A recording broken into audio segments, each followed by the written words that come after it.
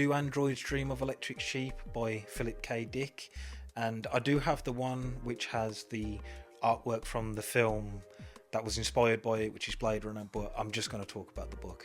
And I got this version because fuck it, it was cheap. I think this book gave me a bit of an existential crisis. Its main theme being a world becoming increasingly artificial through technology. And as life today is starting to feel more like it's being ruled by AI and algorithms, it just makes you want to throw your phone in the ocean and fucking go live in the woods or something. Set in a post-war dying planet Earth, it follows bounty hunter Rick Deckard as he hunts down sentient androids. And while that sounds like the plot of sort of a pulpy science fiction novel, there's so much that the story does that talks about the sort of nature of reality itself. The plot becomes secondary to its overall themes. The hunt for the androids really isn't that important in the grand scheme of things. We're essentially just watching a man going about his job. It's almost like a day in the life story.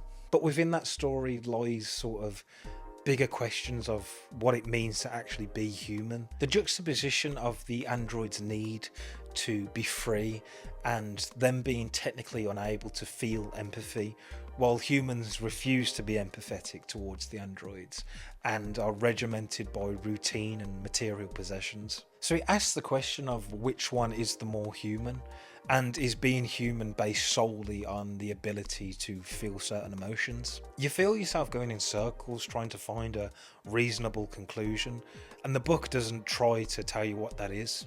The setting of the book makes everything feel so bleak and depressing.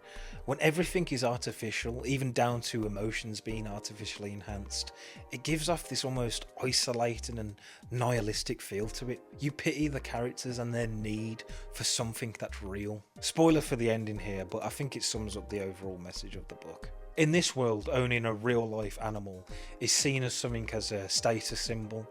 And at the end of the book, Deckard finds a rare, thought to be extinct toad. You feel the happiness it gives him finally possessing something that's real, only to bring it home and find out that it's also artificial. It's genuinely heartbreaking, but his wife, seeing the joy that it gives him, decides to keep it anyway and look after it.